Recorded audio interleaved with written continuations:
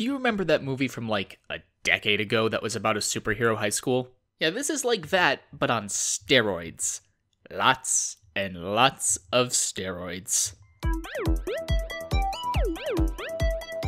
So if I haven't sold you on it yet, the anime My Hero Academia takes place in a world where 80% of the population have superpowers, or quirks as they're referred to in universe. These abilities can be stereotypical powers such as super strength, speed, or invisibility, but they are by no means limited to what you might consider a good superpower. There are quirks that can be downright useless when it comes to things like crime fighting. Take for example the school chef, whose only power really seems to be something having to do with cooking.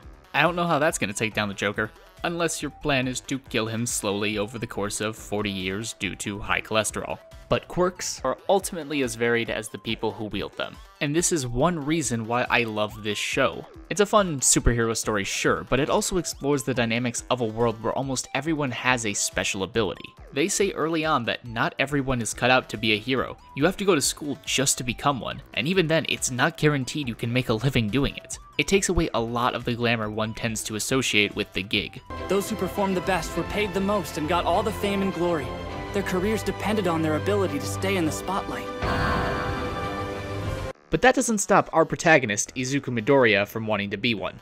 It's been his dream ever since he was a little kid. There's just one tiny glaring problem. He was born into the group of people who never developed a quirk, roughly 20% of the population. And this is where the story of My Hero Academia starts. Despite this issue, Midoriya is determined to do whatever it takes to become like All Might, the hero he looks up to the most. Even with his clear lack of powers, he still chooses to apply to the best hero school in the nation, UA. And that's really as far as I can go without getting into spoilers. That said, I will give you what I consider to be general pros and cons of the series, as well as my overall rating. One big plus I think is the diverse cast of characters this show amasses by about the 5th or 6th episode. It feels like a lot of depth went into creating everybody in this universe, and I really like that. However, it comes with a slight drawback. These characters are all awesome, but in terms of actual development for said characters, you might not get as much as you want outside of maybe 4. It's not necessarily the show's fault, it's just hard to balance it all out while still keeping the focus on Midoriya. That said, I have read ahead in the manga the show is based on, and I can say they do get better as the story continues, so I hope that translates into the anime as well. This show is also so compelling, or at least it is for me, because every obstacle I see Midoriya face, I want him to overcome it. I want to root for him, because for the world in which this story takes place, it'd be so easy to just have your main character be somebody incredibly gifted and overpowered from the start. So the show definitely gets praise from me for that. Also, this show is just a lot of fun. It's appropriately silly when it needs to be, but it also has moments of pure, unfiltered awesomeness. It really almost feels like the show is just having fun with its existence. I almost forgot to mention this, but I love the opening to this show. Like the show itself, it is just so much fun.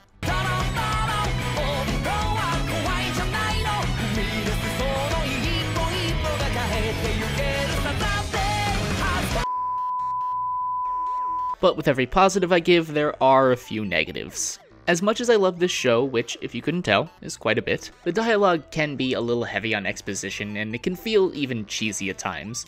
But overall, it hasn't been enough to hamper my enjoyment of the show. In the end, I'd say give My Hero Academia a chance whether you like anime or not. I think it can actually be a great jumping off point if you're looking for a place to start. It's set in a fun universe, the story is fairly straightforward, and it's not too heavy on some of the more, let's say, niche anime tropes. It quickly became one of my favorite shows, period, and I'm gonna give My Hero Academia a 4.5 out of 5. As far as episode recommendations go, I'd say just watch it from the beginning. There's only 13 episodes out with a second season coming this spring, but I think by episode 4 you'll know whether or not this show's for you.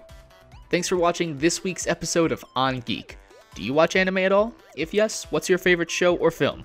If not, I'm interested to hear if this video has swayed you at all to at least try this show. Be sure to like and subscribe for more, and leave your suggestions down below. I will see you guys next week with a brand new On Geek. See you then!